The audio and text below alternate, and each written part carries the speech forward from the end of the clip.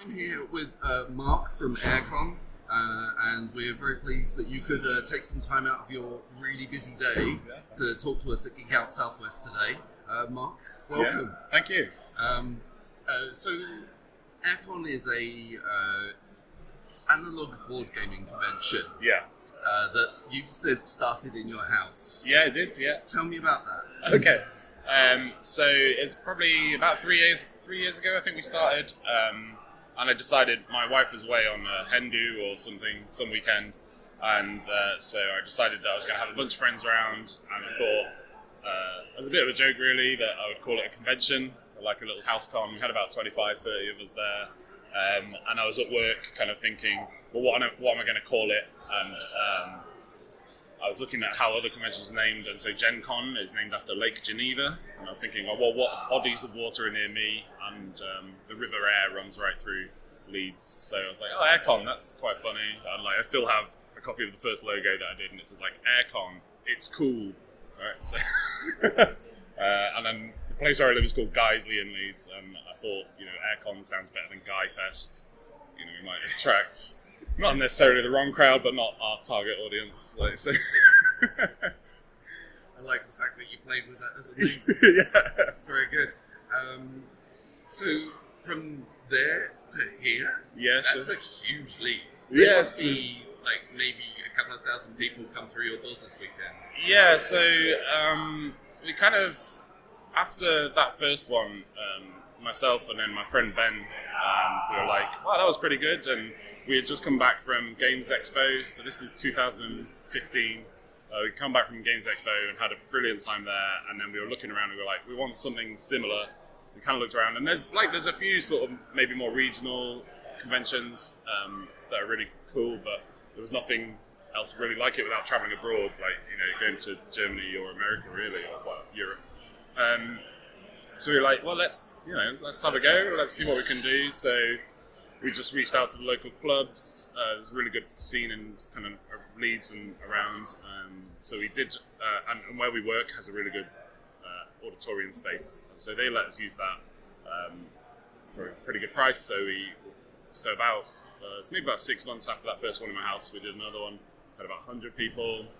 6 months after that, we did another one. We got about 250. 6 months after that was when that 250, we suddenly realised we were kind of almost filling this place in Bradford. So we were looking around, we did a ton of research, went and visited loads of different hotels and convention centres and things like that around. And we found this place, Harrogate Convention Centre, and they were just, they were really curious to see what we were doing.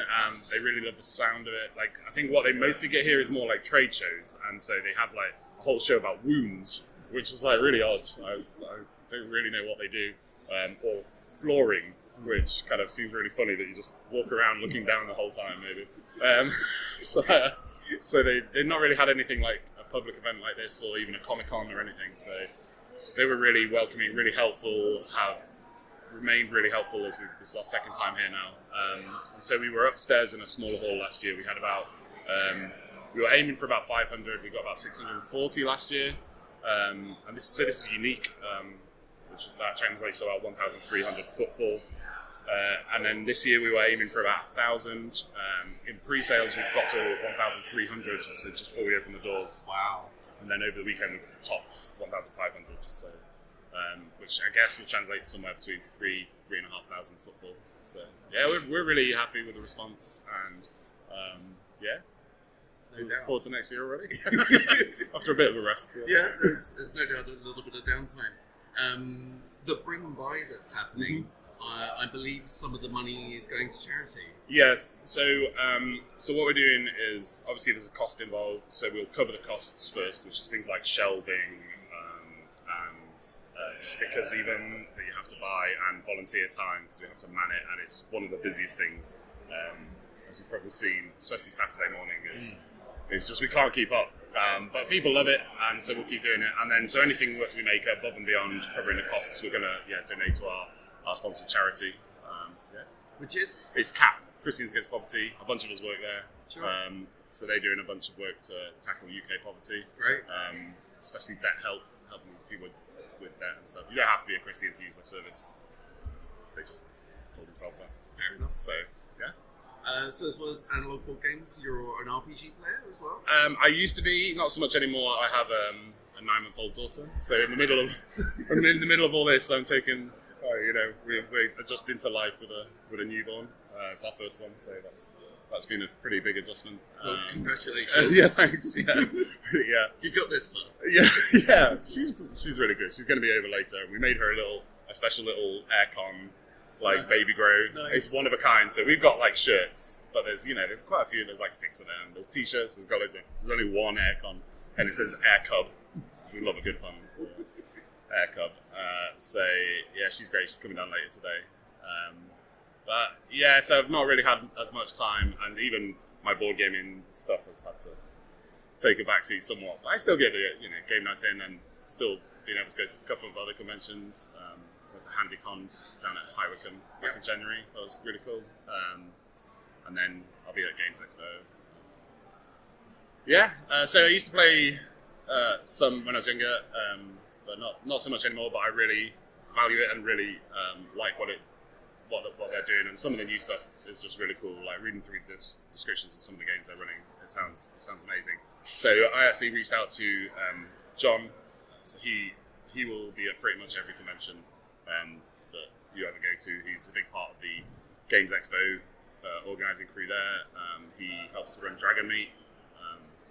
So he's a big RPG player and GM. So I just kind of said to him, like, can you just take this and run with it? And he's done a great job in kind of growing that.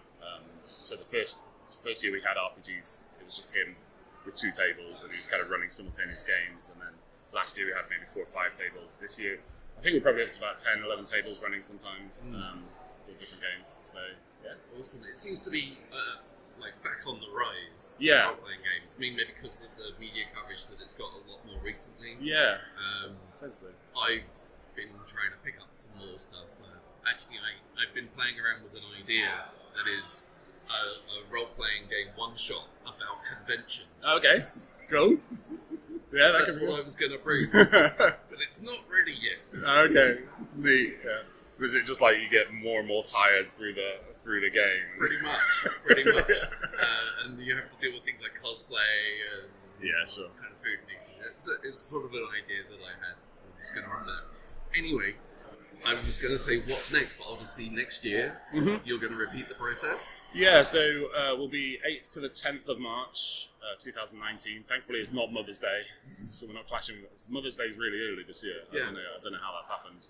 We were discussing last night. We wonder whether maybe the Archbishop of Canterbury plays D&D or something, and at the end of it, it's to decide when Mother's Day is going to be or when Easter's going to be, and or it's all just done on the roll of a dice or something.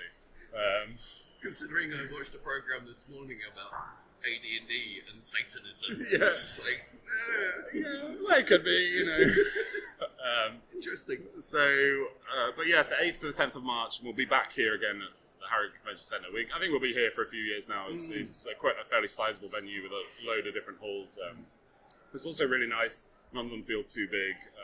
We still got that community feel. So I think we're going to see whether we stay in the same hall or whether we need to grow again. Because what people always say, what they love, is that there's always space to sit down and play a game. They never really have trouble finding a table or finding a game to join, and we don't want to lose that. So it's balancing how do we keep that, but still make sure we have enough room for everybody that wants to come. So. It makes perfect sense. What I'm loving about it is that people bringing their families, there's children here, there's kids of all ages, kids playing games, families playing games, and families inviting complete strangers into their games. Yeah, no, it's great, and we love that. So again, it was something that we really highly valued, and certainly trying to get younger generations into gaming, or even trying to promote that kind of family game night thing. So we do it already. Me and my wife, Sunday nights we have a little game night together, and when our daughter grows up a bit more, we'll start introducing her to some stuff as well. But I think it's really, really great to be able to spend time together as a family. And so we reached out to Nigel, who runs Imagination Gaming, and so they're educational game specialists, but also with an emphasis on them being fun, because there's a ton of educational games that unfortunately not that fun. Yep. But they go out and find all these great games and bring them over and promote them, and they do school workshops and things like that.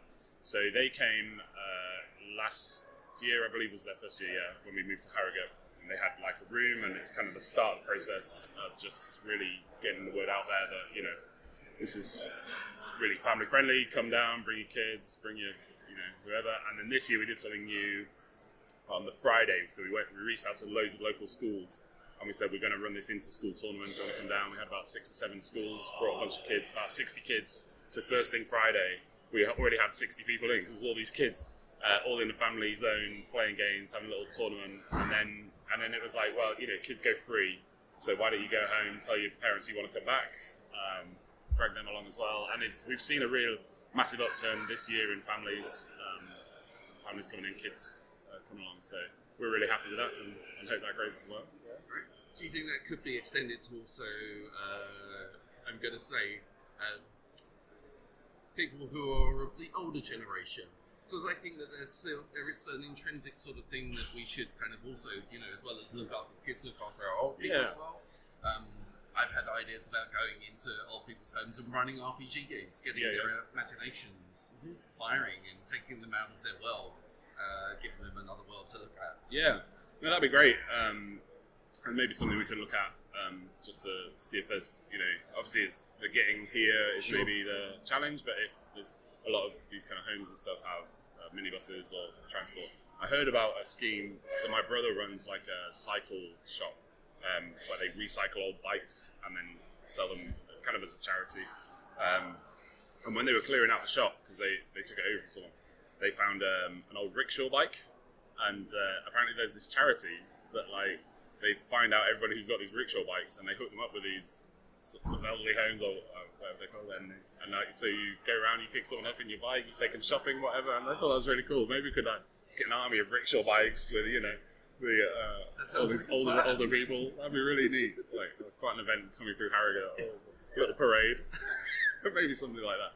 But yeah, no, certainly I think that's a great idea, and you know, there's, even if you go into, so I know my gran was always a massive fan of playing card games, and she used to play like a lot of whist and things like that. So yeah, maybe even introducing them to some of the modern variants of those games and saying, look, this is based on stuff you already, you know, there's tons of games based on Yahtzee, and the Yahtzee mechanic, or even some more kind of Scrabble type games, and saying, look, why don't we try out some of these other ones and see how we get on? And I think it's great. Or even if they want to come and play Scrabble, that's fine too. Yeah. It's a good game. I've seen people playing Blood Bowl. It's like, I've not seen that for a while.